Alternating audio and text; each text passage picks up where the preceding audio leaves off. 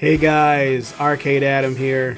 Welcome back to part 2 of the vertical Viewlix cabinet build from Game Room Solutions. In the previous video, I took you through how to install that. I got the computer up and running, we transferred the files, we got CoinOps installed, we got the dependencies like Visual Studio and DirectX 9 working, and we did a basic jump into the software. Didn't do any controls or anything because we don't have a cabinet, so we need a cabinet. Then we can come back and do the controls, get the interface board in there, and get this thing up and running. So right now I'm going to unbox the cabinet for you and go through the pros and cons of the Game Room Solutions kits, because I like them. I've built this probably, I'm gotta be in the 10s, if not 20s of systems that I've built from Game Room Solutions. Lots of bar tops. I built a 3/4 cab from them.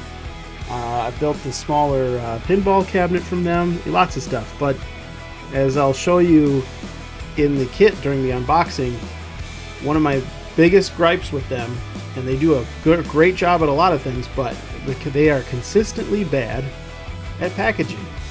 Every time you open a kit from them, you've got damaged corners, chips, and smashed artwork sometimes. And you can see that T-molding. That's a new thing they started doing, I think, about a year ago.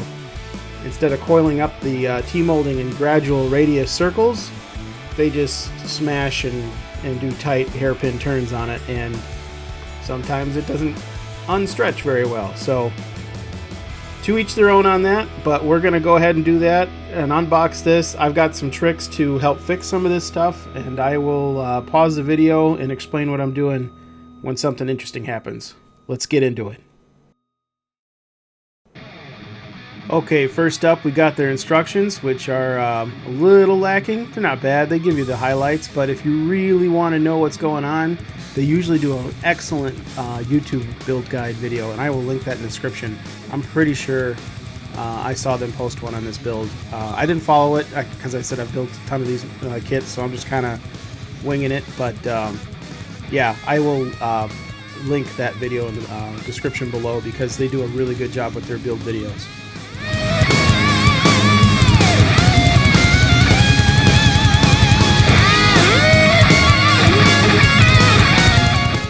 Alright, real quick, that goofy looking piece with all the holes in it is actually the monitor mount, so I'll come back to that. But here again, pointing out the rough edges on this particular piece. Got pretty roughed up in shipping because, like I said, their packaging, not the greatest. They could do much better on that because it's been consistently bad for me.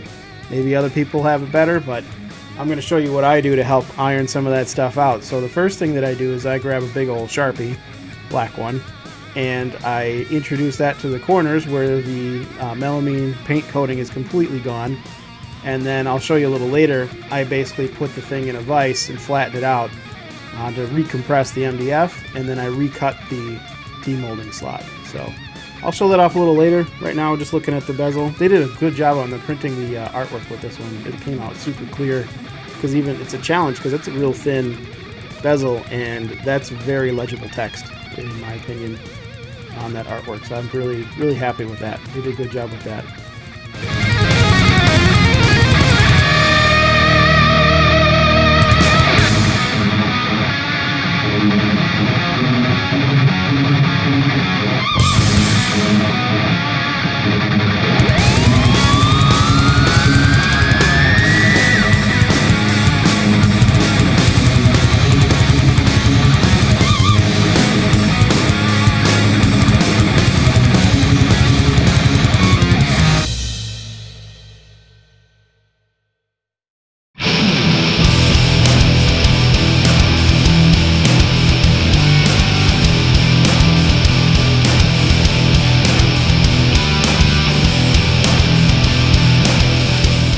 Alright, gonna move the camera angle for you guys.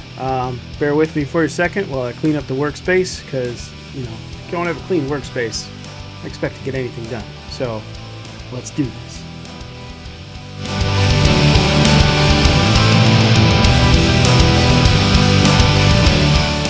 Alright, first up we're going to tackle this corner. It's not too bad. It's a little smashed, a little bubbled up.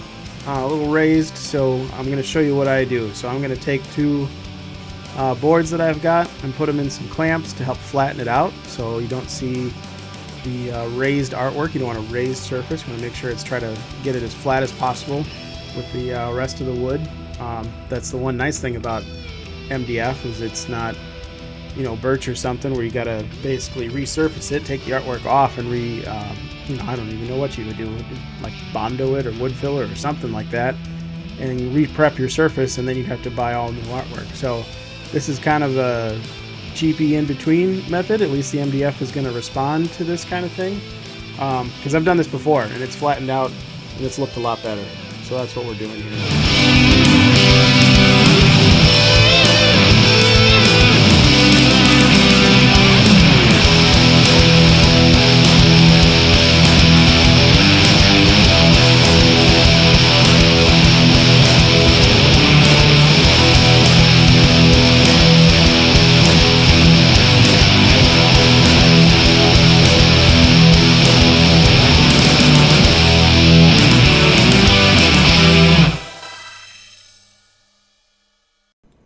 So it kind of might be hard to see, but basically, if you remember, before I put it in the clamp, there was like a second wrinkle before that first big one, and it completely got that out by putting the wood clamps. So that's what that does. You just want to get it flat so it doesn't catch the light different. And now what I try to do to minimize that major impact is I just take a little sanding block on it. And you will cut up your artwork doing this. It will sand it down, but basically you've got to bring the surface of the MDF back enough to where that wrinkle doesn't look, you know, completely different from the rest of the cabinet. So basically I'm going to take that surface down probably between 1/8 and 1/4. That is 200 grit sandpaper, so relatively rough. And now you see I'm going at it with the black Sharpie on the underside to kind of clean that up. And eventually, once I'm happy with the sanding, I'll bring that to the top too, so that you'll take that wrinkle, you'll minimize it as much as possible, and then you kind of go in there and give a little bit of eyeshadow. So underneath the T-molding, it'll look like a shadow is coming from the T-molding. And then on top of that, I've got to go back in there with a screwdriver and a hacksaw to redo that T-molding slot because it got completely smashed. So you can see I just kind of a very thin layer of black Sharpie on there. Like I said, it's like basically eyeshadow. And it just minimizes the impact of the corner. And you'll see I've got to do the other corner on the left piece as well. It got smashed. Actually, that's the right side. Excuse me. But anyway, same concept. You just kind of minimize it, bring it back down. The rear side of this one was actually took the brunt of it on this impact, so it's a lot better. I don't have to really sandwich this side. So let's keep going.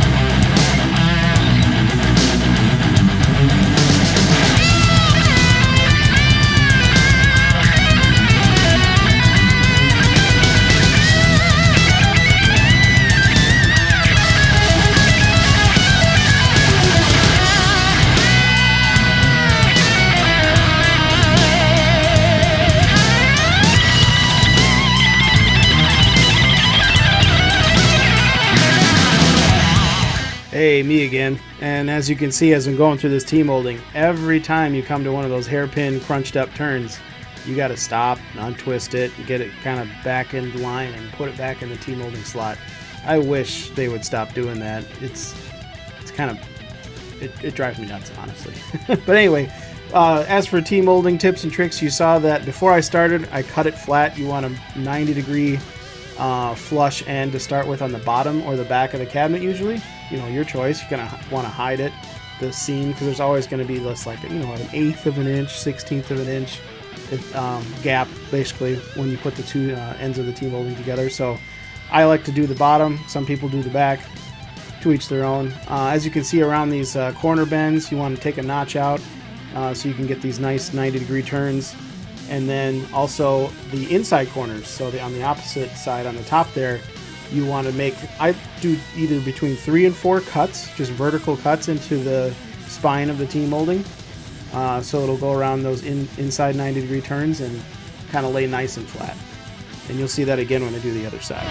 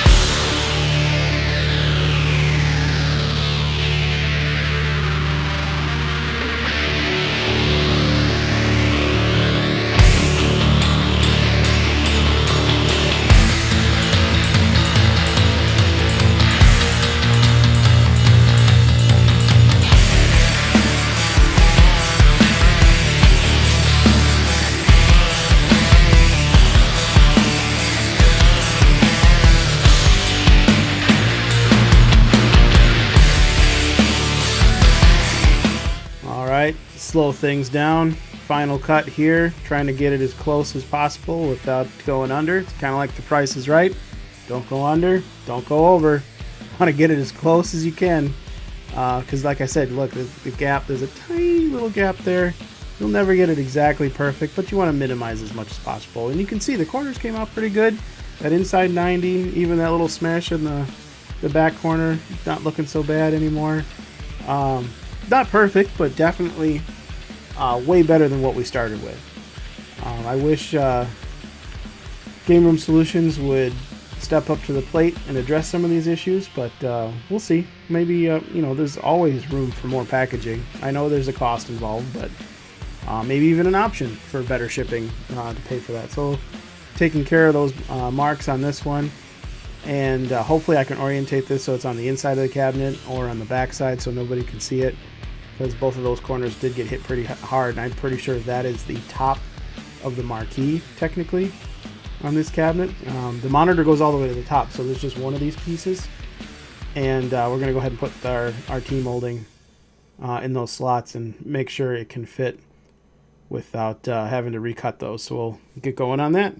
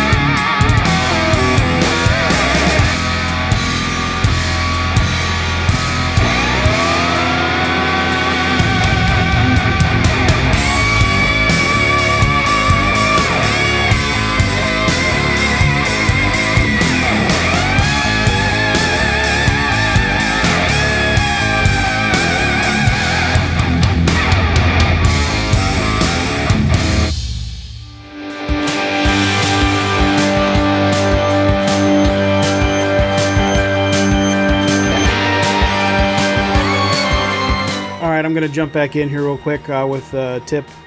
These are the cams and locks that the kit comes with. If you've ever put together IKEA, that's this, same stuff. And maybe some of you know from putting together IKEA, you do not screw these in with anything more powerful than what I've got in my hand there that's powered by 2 AA's. If you go at these things with a lithium-ion powered anything, a drill, whatever, they will zip right through that MDF and strip it right out. It'll ruin your whole project and your day, because you'll have to glue up your project or move the hole or re-drill or something. So don't do that.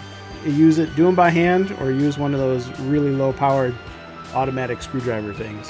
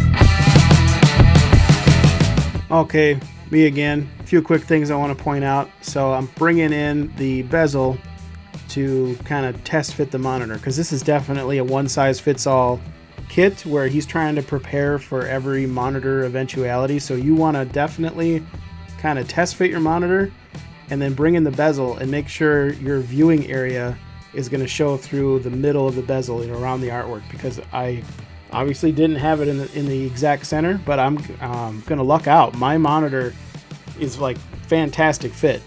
Middle of the screwway and middle of that mount is a perfect attachment point for my monitors to go through that bezel. So everybody's monitor is going to be different. If you want to buy the same monitor I have, I'll link it in the description, but it's a Dell, gosh, it's old. I want to say it's 4 or 5 years old. It's a 2414H.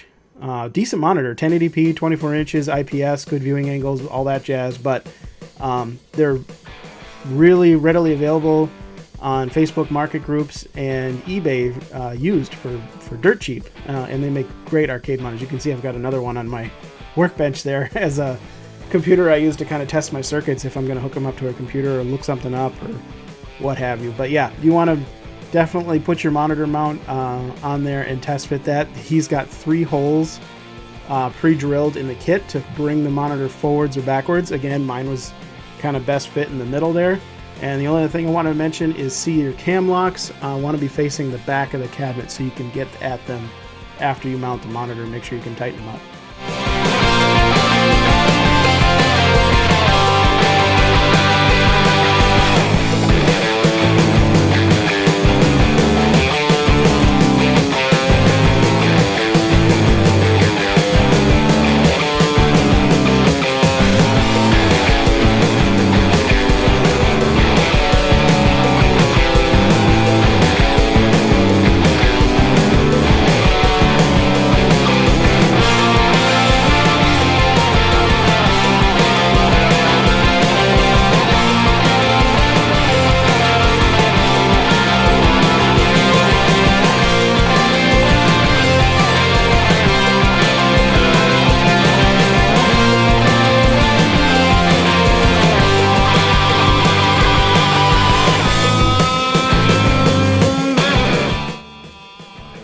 try me again. I wasn't really sure if I was going to go the easy route and go with just traditional HAP buttons that don't light up. I had some varying colors laying around. I thought maybe red and yellow looked cool. I thought maybe alternating them would look cool. And then I ultimately decided on something that's a lot more work, but I think will, in the long run, really help this build stand out. And I'll show you guys what I came up with. I've done this, I think this is the third time I've done this on a build, where you take these relatively cheap, there's nothing wrong with them. You know, everybody's seen these Chinese buttons that come with the black spacers that raise them up. But what I do is I add these. These are addressable LEDs, 5 volts, 3 pins, got your power, got your data, got your ground, in and out, and they're directional. So they have, you know, data in, data out. And they're really small. They're somewhat difficult to work with just because of their size. But you see these Chinese buttons come with these, you know, traditional arcade button lamp holders. And what I do is I rip the guts up out of them. I strip the metal lamp holders out, and I wire these up. So there's your 3 contacts in, 3 contacts out. So there's 6 wires on these things. Trying to get the camera to focus, but basically, once you wire them that way, you can put a smart addressable controller on the other end of it, and that opens up a lot of different things you can do with sound reactive music things. You can do software-based reaction to games and things like that, but it's a really cost-effective way to get a very neat button. So you just put your traditional cheap button back on top of that after you solder it up, and it makes a really cool effect. And I'll go into more detail on that later.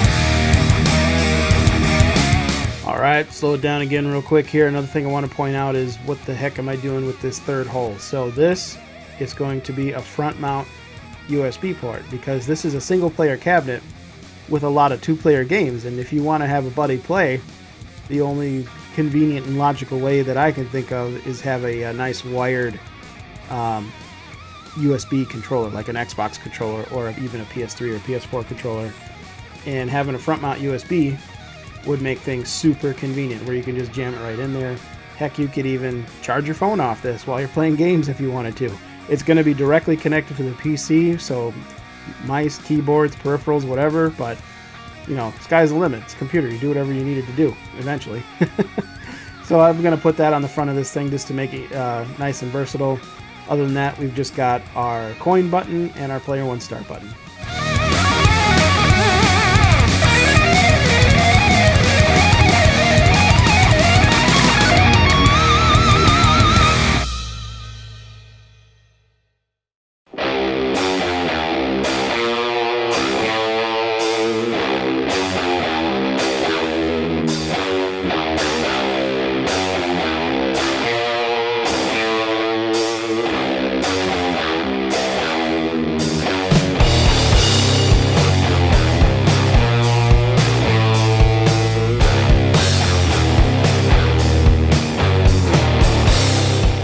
Okay guys, I gotta apologize for the hard ninja edit there, but basically, short story is that segment that I cut out there was a hard-fought battle against that joystick and that dust washer that I just didn't want to put out on YouTube. Maybe I'll make a blooper reel someday, but trust me, didn't look entertaining. But the short story was the person who put together that joystick thought it'd be a grand old time to put 2 lock washers on there, and it was tighter than all ever, and I could not get it apart. But eventually I won the battle. You can kind of see it in the middle of the upper frame up there, the red ball joystick with the dust washer on it.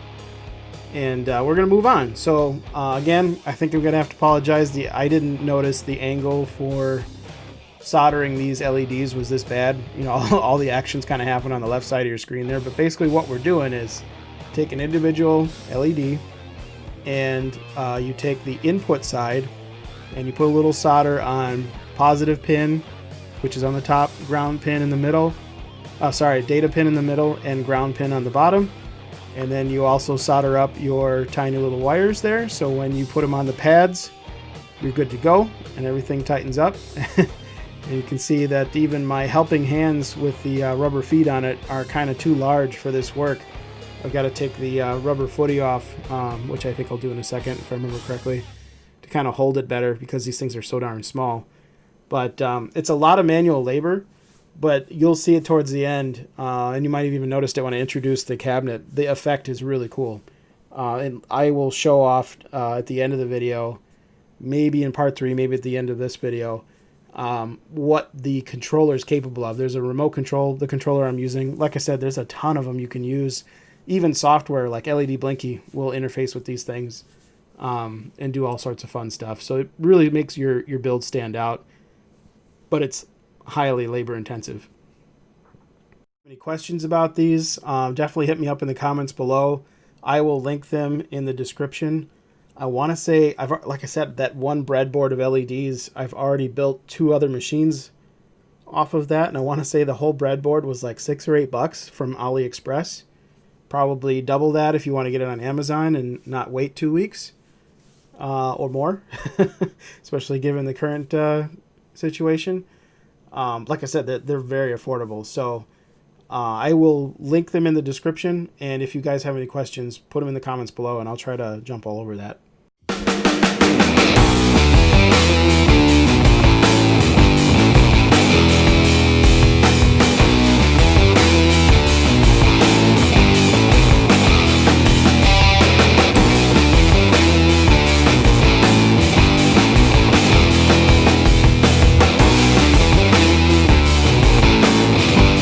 So again, apologize for the angle, but as you can see there, I just yanked the metal conductors out of the LED bulb holder, and before you solder the ends on the other end of the LED, you put the wires through and thread this thing.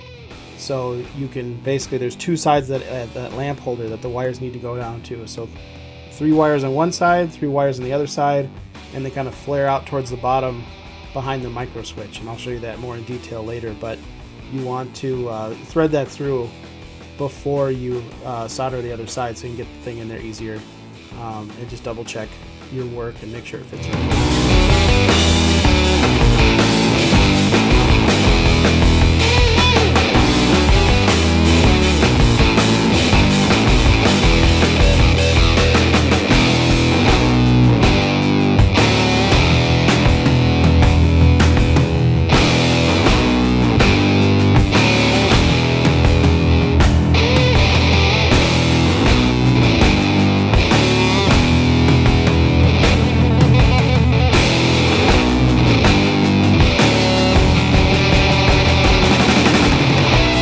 Okay guys, back again. Sorry for all the jumping around, but I literally have hours of footage of me wiring up these LEDs, and we're on button 2. So I had it, without making this video too long and too boring, I just want to explain what I'm doing here. So I'm finally getting the 2 leads out of button 1 into the second lamp holder to do button 2. And I'm going to do a LED test at the end of this video. I'll show you what that looks like, because I'm just trying to squeeze the wires. I actually switched to a smaller gauge because these red, green, and white wires are a little too thick for these lamp holders.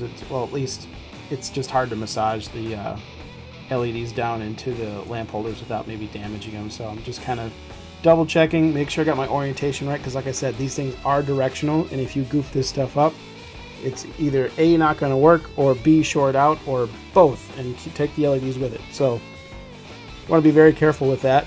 I will take the LED off of its stand here in a second and give you a close-up so you can see the labeling where it says data in, data out. It's actually pretty clear on there, even though they're so small, but I will be back when that happens.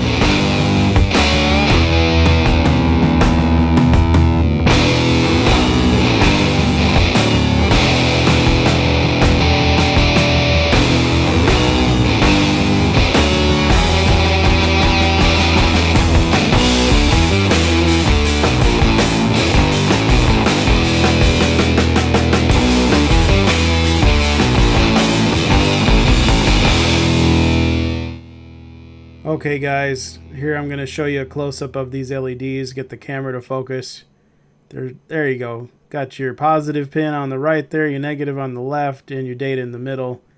And then your in and out labels on top and bottom there. So loop them in and out. I'm going to try to get these LEDs to fit. I kind of like to snug them down in the lamp holders, but the kind of other neat thing is, I found this out from trial and error, you can leave the LEDs up higher because, you know, the button itself is higher than the lamp holder, and the traditional arcade LEDs are maybe, I don't know, no, they're not close to half an inch tall. You know, they're significant. So you can actually leave them standing proud like that and still clear the inside of the button, no problem. And the higher and the closer you get them to the top, the brighter they will be, or the brighter the effect will be.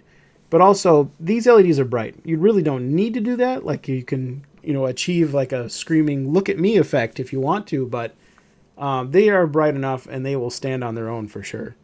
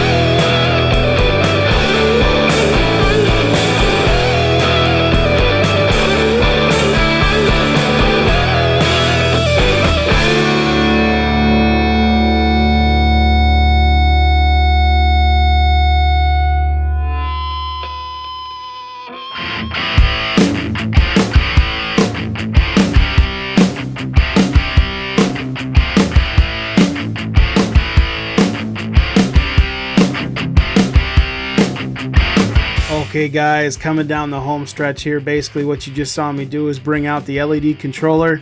I've got my test power supply, aka a random wall adapter I found in my bucket of wall adapters. It's 5 volts, it's 2 amps, which is more than enough to draw the handful of LEDs. I took my multimeter out and I tested polarity, and then we dumped it into this controller. So you can see on the top there, it's voltage positive, data pin second. This is the third pin. It's got 4 pins on this controller. The C stands for clock. For this specific LED, you don't need that. And then you got your negative. So as you can see, this controller has a lot of options when it comes to making your LEDs dance around and do RGB effects. And as I get all the buttons in here, it will only increase in coolness factor because there's just lots of stuff you can do. And as you probably noticed too, it shut off because I had some bare wires laying out underneath and they were touching, so I got lucky it didn't kill something, but that's all that was. And just wanted to end on this note. I think this video is long enough. I'm coming up on the 40-minute mark. So like I said, if you got any questions, leave them in the comments below. Like, subscribe. Please share this video. It helps grow the channel, and I would really, really appreciate it. I will see you guys in the next one. This is the end of part 2. I will hopefully conclude this series in part 3, and we will get back to that light gun mod. And I will see you guys online and in the comments section. Peace.